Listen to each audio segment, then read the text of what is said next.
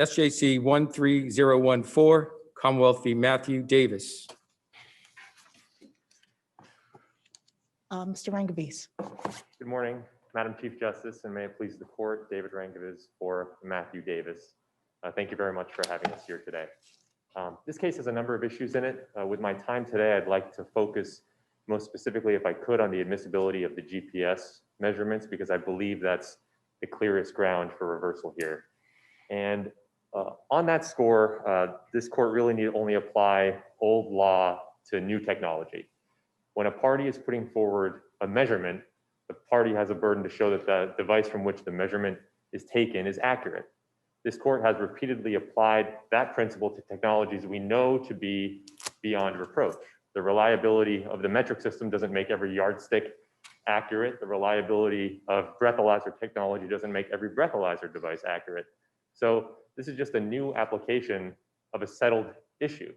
The reliability of GPS technology does not make every GPS device accurate. And we know from the proprietor of this device that this is proprietary. Counsel, may I interrupt you for a minute? Your voice behind you, so this will be difficult, but you can stand side. You don't have to look at me. My question goes to just what you're raising, which is that old technology, new technology, and the way we did things before. But in this instance, the defense counsel seemed pretty well able to cross-examine the witness on this, and the judge found that this kind of measurement was more a question of admissibility, not admissibility, but weight. Can you address that? Why cross-examination wasn't enough to bring this out? Well, I think the Daubert-Lanigan line of cases make clear that the judge has a powerful gatekeeping role in this situation, that there's a lot that actually goes to admissibility and not just weight. And I think the amicus brief lays out sort of how fallible this technology can be. And we've seen that also in cases before this court, like the Feliz case, which showed sort of hundreds of alerts from these sorts of devices, even though there's no actual violations by the probationer in that case. But this court has already issued that holding in cases like Podgorski with a scale. You have to show the scale is accurate. In a case Torres, you have to show the measurement master is accurate. But I think the most on-point case is actually the Why Not case, which is cited in a footnote in my reply, which is actually also about speed measurements. It's about using a radar device to estimate the rate of speed. Would this have to be done for, excuse me again, would this have to be done for every device that is built by this manufacturer? Would each device have to be calibrated, so to speak, every time?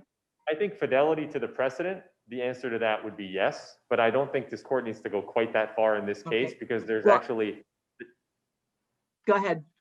The testimony from Mr. Buck is that there's never been any testing of this model of the device. He hasn't formulated a way to test the speed, quote, reliably and repeatedly.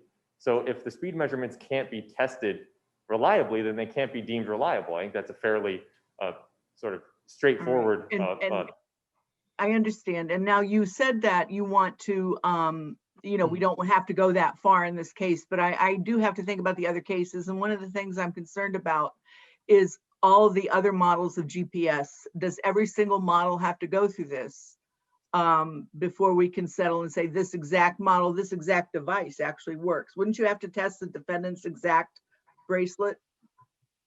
Well, like I said, I think fidelity to the case law would actually suggest the answer is yes. And I mean, that's sort of a straightforward established principle. But one thing that I think is I think worth at least pointing out is that devices, at least when models increase, tend to improve. So I think one thing that would sort of mitigate what I think you're concerned about, Justice Cipher, is, I'm sorry, I can't really look at you. You don't have to. You can look. I can see you if you look at the camera. Thank you. You look at them. I can see you. That's fine. One thing that sort of mitigates that is models tend to improve. So I think once one model is shown to be accurate, I think as long as the manufacturer comes in and says, we just made cosmetic tweaks or tweaks that would make the device more accurate, that would be more than sufficient to, I think, satisfy the burden that you're concerned about. Can I raise a question? Another voice from your back. Yes, I understand your point about the speed has never been tested, but isn't that a math problem? If we know that the device plots location and time, can't we figure out the speed by just doing the math? No, and that's because Mr. Buck said so. On volume 2, page 42, he specifically says that the speed measurements work on a different frequency. He said it's actually independent of the location GPS measurements, how the speed works. So he sort of drew a very stark line between the location measurements and the speed. Again, volume 2, page 42. But there is also a problem, as I wrote in my brief, about the location testing. You know, I sort of concede that BI incorporated sort of profit motive can't really peaceably coexist with some of the Daubert-Lanigan factors. Before you move away from the speed, can I just have a follow-up question? I understand your point about it's a different frequency, but say we just use the location data and the time data, and then we just compare the different places he's in. Can't you figure, I mean, I was terrible at those math problems when I was a kid, but can't you just do the math and figure out, okay, here's the time he was there, here's the time he was there, this is the distance between those 2 points, so he was going this quickly. Well, that would be impossible. And the reason it's impossible is because, as I explained in my brief, Mr. Buck explained that a measurement for a specific time could be any 15-second interval for 45 seconds that precedes that time, and we don't know which of those measurements it is. So It would actually be impossible to actually do that calculation yourself. But I also think it's important to point out that Mr. Buck himself said speed and location are independent of one another, and the speed works on a different frequency. Sort of, as I was saying, I think sort of BI's profit motive can't really peaceably coexist with some of the Daubert-Lanigan factors. Mr. Rangovitz, here, we don't necessarily have to dig into all of this because of the testimony of this particular witness. Didn't this particular witness say that they haven't really been able to test speed? Yes. So, he specifically said that. So as it relates to the application of GPS as to speed as to this device, that's all we need to do here. Yes, I think that's right. I guess the point I was making is sort of this is a situation where I don't think peer review and peer testing is really going to be able to happen because it's proprietary, but that puts the onus squarely on a company like BI to do the testing itself. And you're exactly right, Justice Lowy. He specifically said this device has never been tested before. It's a little bit strange as a layperson, as I wrote in my reply. I don't understand why he can't test the speed measurements, but he said, I haven't formulated a way to test the speed measurements reliably and repeatedly. And if something can't be tested reliably, it can't be deemed reliable and admissible in a court of law. And the amicus brief also, I think, points out really nicely how this device had to be accurate, and it had to be accurate because of the way the Commonwealth used it. The Commonwealth used it to create this sort of drive, run, drive narrative of the defendant's conduct. And this also goes to prejudice. And the Commonwealth, in its closing argument, which is volume 4, pages 52 to 64, they referred to the speed 12 different times. They made the speed measurements important because it was the speed measurements that allowed the Commonwealth to sort of try to match Mr. Davis's conduct to the conduct of the shooter. So sort of the appeals court's decision saying the case didn't depend on the speed measurements. A, that's not the standard, that's not the Flabat standard, and B, that's not true. This case really did depend on the accuracy of the speed measurements. So when the Commonwealth is going to use those speed measurements in such a precise way, they have to show that those are accurate. And that just wasn't done in this Do you case. think the depend really was just an inartful word, or do you think that's really what was the point? You referenced depend in the appeals court decision. Yes. Do you think, which is, it doesn't have to depend. Do you think that was maybe inadvertent though, and they did have the correct standard of review? I don't think so. I think that was just an error. I don't know if it was inadvertent or intentional. I obviously wouldn't assign any sort of intent or purpose, but I do think it was incorrect, just even by its terms. I mean, the case genuinely did depend on the speed measurements. This is a case where there really wasn't a lot of evidence, and when something is so specifically preserved, as this is sort of preserved on the exact, I'm not very creative. I'm making the exact argument that was made in the trial court. And so this issue is perfectly preserved by trial counsel. The case did depend on those speed measurements, but again, that's not the standard, as you say. So if the court has no further questions on the GPS evidence, I do want to spend a bit of my time on sufficiency as well, because I do think this is actually a case where the evidence was insufficient. Counsel, I do have one question on that before you move. Are you also attacking the positioning evidence of the GPS? The location measurement? Yeah. Yes, I am. Can you speak about why? So can you parse that out? If we were to find that the speed measurements should not have come in, that the positioning doesn't implicate the issues when it comes to the positioning? Well, if the speed measurements can't come in, I do think this is a reversal, given everything that I've said. But I would argue the location measurements also can't come in. And it's because of sort of how different the testing environment is to the environment in which it's being used in this case. It's being tested on the rooftops of Boulder, Colorado, in a stationary position in a town where Mr. Buck said there's basically an ordinance that means no taller buildings, flat as a pancake, he said, under prime conditions with no clouds. And then it's being used in motion on the streets at the street level in a dense urban environment of Boston. So it's being tested in a way, and this sort of goes to the profit motive I was saying earlier, in a way that makes BI able to report to its customers the lowest error rate possible, but not in a way that's actually testing the accuracy of the device in the exact way in which it's being used in this case. And it doesn't have to be exact, but it has to more closely approximate real world conditions than the rooftops on cloudless days of Boulder, Colorado, when there's no other buildings that are higher than 3 stories. So that's why I would submit that the location measurements are also not admissible under Dahlberg-Lanigan. Thank you. But I think the sufficiency problem, Your Honor, is also really significant because it's sort of the classic piling up of inferences that this court has repeatedly disavowed. The fundamental problem with the case on sufficiency grounds is we do not know when the shooting happened. This evidence is precise. At 10:27, it's incriminating, and at any other minute that morning, it's exonerating. Now, the Commonwealth, as a result, sort of has a corresponding burden to show exactly when the crime happened, and they haven't made any attempt to satisfy that burden. I think the only side that's, the only side that's made sort of an effort to try to put together and reverse engineer when the crime happened is the defense. And the chalk on page 22 of my brief sort of shows our attempt to put the 911 call, which is at 10:28:24, side by side with the video and try to at least figure out about when the shooting happened. And that suggests that the shooting is actually a minute after the time where Mr. Davis is at that corner. And the Commonwealth's argument on that is just, you could infer that someone would call 911 a minute or two after a shooting like this happened. And that's just not enough. This sort of could have, should have, would have. You know, the difference between a minute or two in this case is everything. If the shooting's at 10:25, he's many blocks away driving in a car.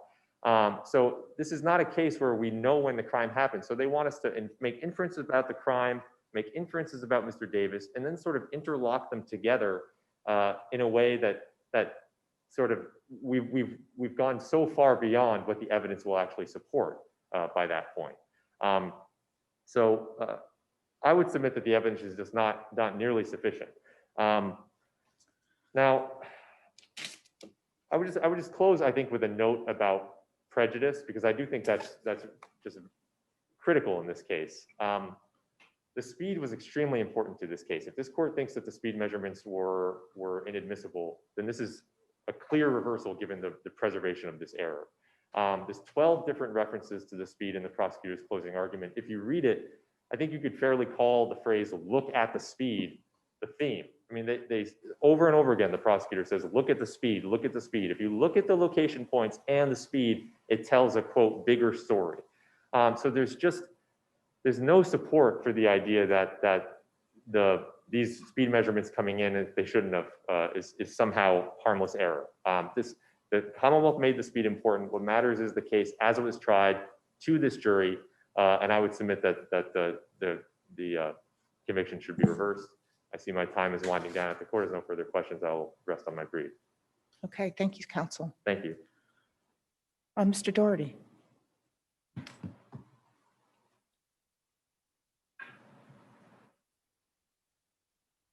Good morning, and may it please the court, Andrew Doherty for the Commonwealth.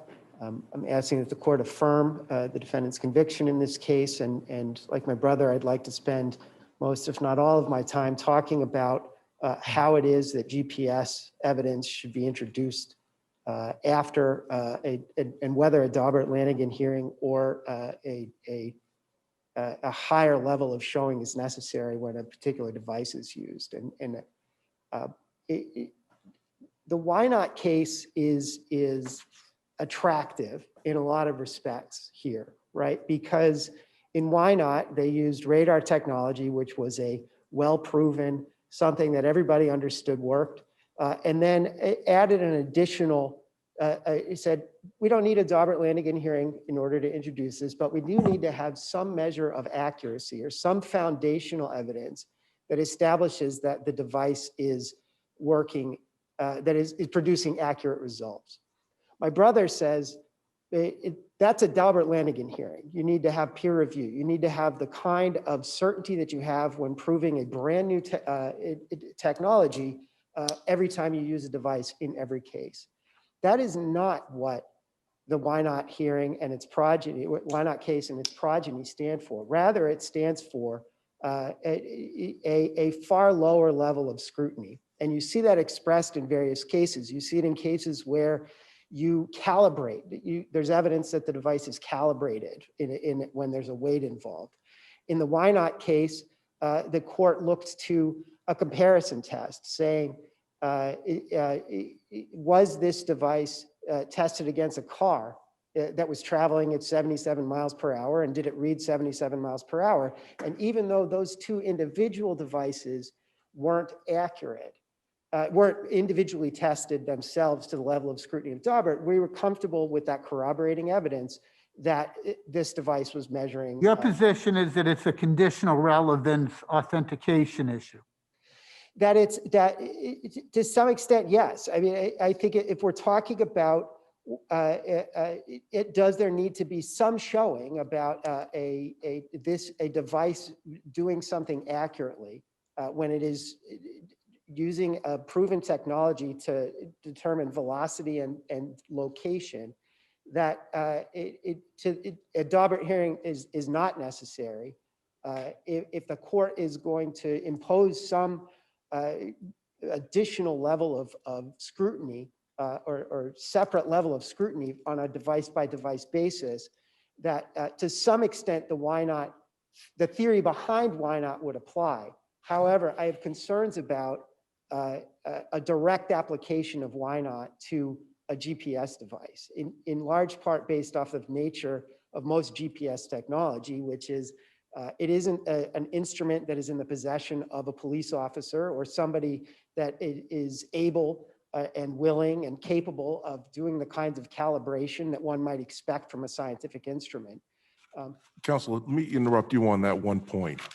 Assuming Justice Lowy's position or the defense's position that it's subject to Daubert-Lanigan or that it's a conditional relevance issue, is the fact that in this case, the product manager says on the speed issue, we haven't tested it, we have no way of testing it, so we can't tell you whether it's accurate or not. So whether it's a 104 or whether it's a Daubert-Lanigan, there's no testimony that the speed calculations were accurate. So I'd like to answer that question in a couple of ways. First, I would say that with the fact that the device manufacturer didn't test the velocity, it is a separate question about whether using a GPS device generally to determine velocity is something that is a reliable technology. And nobody's contesting, and the defense isn't contesting, that the technology behind GPS devices isn't a reliable science. And so this device is incorporating a reliable science when it is measuring velocity. The courts have used radar technology, radio wave technology, microwave technology to used the Doppler shift to measure velocity since 1979 when the Why Not decision was made. And the theory behind the measurement of velocity using a GPS device with the satellite signals is no different than that in many respects, or I guess in all substantial respects. But so if that's true, and we're not questioning the science behind the velocity calculation, then the question becomes, okay, then how do we know that this device was accurately doing what it's doing? I suppose you could do it through a testimony if they had tested this through a person who designed it, to say, yes, we tested this device. We know, having manufactured the 50,000 devices that are used, that you can rely on this thing. That's one way I would suggest you can do that and satisfy the Why Not standard. The other way I suggest that you can do that is also expressed in the evidence here, which is what I believe Justice Kafker was pointing to, which is comparing the individual data points with the amount of time that it took to travel those data points. And I did the math, and I calculated the distance between the longitude and latitude of one point and another point, and it was approximately a half mile, and it took anywhere from, I believe it was, whether it took 1 minute or 45 seconds or 15 seconds, that was at a rate of speed that was higher than a person would typically walk, and in fact would need to be running. I think there is evidence that's the kind of evidence. But isn't that level of approximation you're talking about is troubling? I know when I get on my bike, I get a GPS reading of how fast I'm going, but you know, you're talking about a level of specificity. And given what Justice George just pointed out, you know, we have a sort of a concession that we don't have anything on this particular device. I just don't know how we do that jumping around, particularly if defense counsel is correct that there are, like, you know, approximation of time. It can be 15 seconds difference or something like that. I mean, I just, you know. You reminded me that I had a backup argument, and I do want to answer that question. I do want to answer that, get to that point, because I think that's a valid criticism of this triangulation / time differential way of showing that the readings are accurate. Given that the analysis here is sort of the much lower standard of the what I'm suggesting is it's the lower standard of the Why Not. Are these devices working accurately? The fact that the expert came in, testified, we didn't do scientific tests on this, but what he did tell you is he has never seen any, they have observed whether or not the speed is accurate when he's driving to work. They've never had a complaint or seen an issue with the speed readings on this device. And that is part of the testimony. So if you're subjecting it, would that pass the Daubert-Lanigan scrutiny? No. Does it give the court some indication of the accuracy of this device enough that they could then present this evidence to the jury? Yes. Could it? And so I don't want to abandon my, you know, I think that is but one way that you could test it. And then the other way, the other sort of way the court could be satisfied that this device is doing what it's doing is expressed in the way that is corroborated by the maps themselves. And you heard testimony and you saw the exhibit where the device ended up at the defendant's home. There was testimony that he lived in the area of One Fruian Place. The last one of these map readings showed that he was at that location traveling at 1 mile per hour. And then it turned over to this radio frequency thing, which only happens when you're in that particular device. That is an example of the kind of calibration that the evidence well, I think the easier point for you is establishing the GPS identifies location. We don't really, I mean, I get your point on that. We've got a lot of, otherwise we're about to throw out 10,000 cases. But speed seems to be a different matter, particularly if it's done on a different frequency. And you can't point to any cases where we've shown speed, right? I mean, it's just, I mean, a radar gun is a little different than what you're doing here, which is using the GPS bracelet to establish speed. Well, I'd say the underlying science behind it is still the same in that it's math and it's calculating the differences in Doppler values from using a radio frequency. But I don't want to quibble too much about that. I think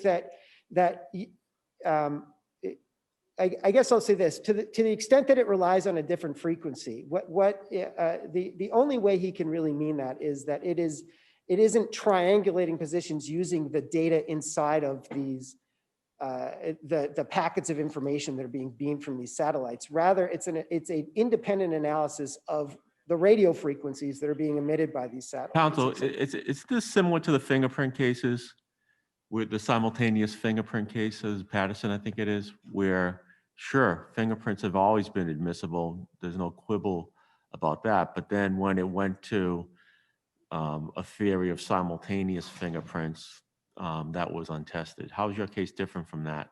You mean in terms of velocity? Yeah, well, so GPS, sure, swell, great, right? But then we have speed.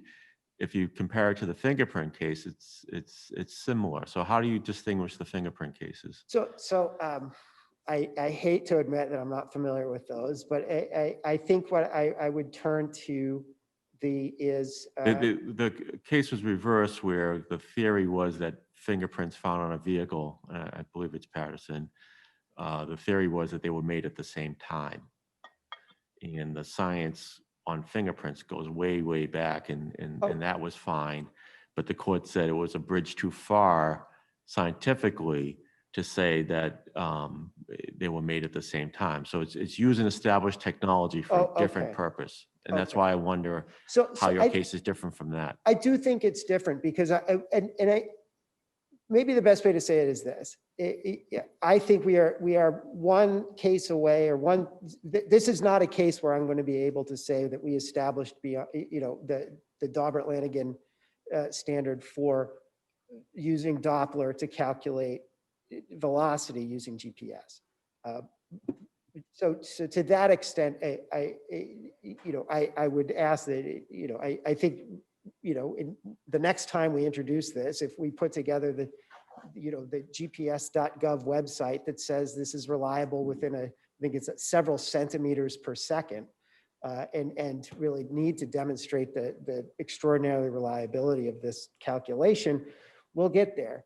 If that then triggers a question of sufficiency of evidence, I disagree with my brother that speed was the fundamental component of this case. As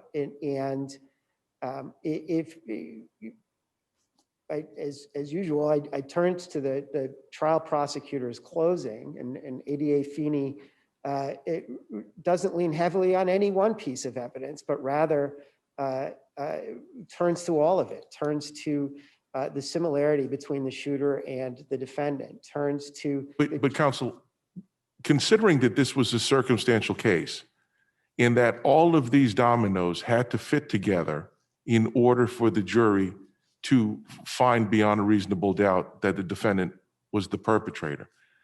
Considering all of those things, if you take out speed, isn't that an important component of the math to a verdict of guilty? Sure, I don't believe that it is. Not when you have the other evidence that established that. It certainly wasn't the first part of his closing. Look to the speed, and then look to how closely similar the shooter was to the defendant at the time.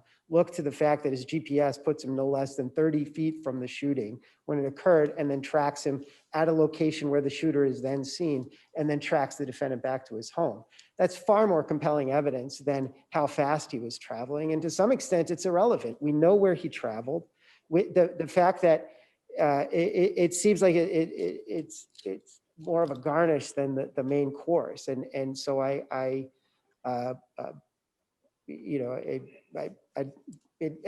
guess when I was reading the closing, I was admiring how careful he was about saying you can't look to one thing, and I think that's right. You can't look to the sweatshirt as being the reason why he's guilty. But that doesn't make it a house of cards. But how can we say it didn't have a prejudicial effect, or that it had but slight effect on the jury? I think by comparing the strength of the other evidence that established the defendant's guilt here, which was compelling. I don't want to leave before I just ask you to do what you can. I'd strongly encourage you to watch the video in this case. I disagree with the characterization of this video as adding no value. I think it's very strong evidence, especially given just how distinguishing the hair characteristics are. It's dreads that are essentially not as long as Judge Red's, but they're at least down to the end of his back. Other than that, I suppose I'd rest on my brief. Okay, thank you. Thank you. Thank you.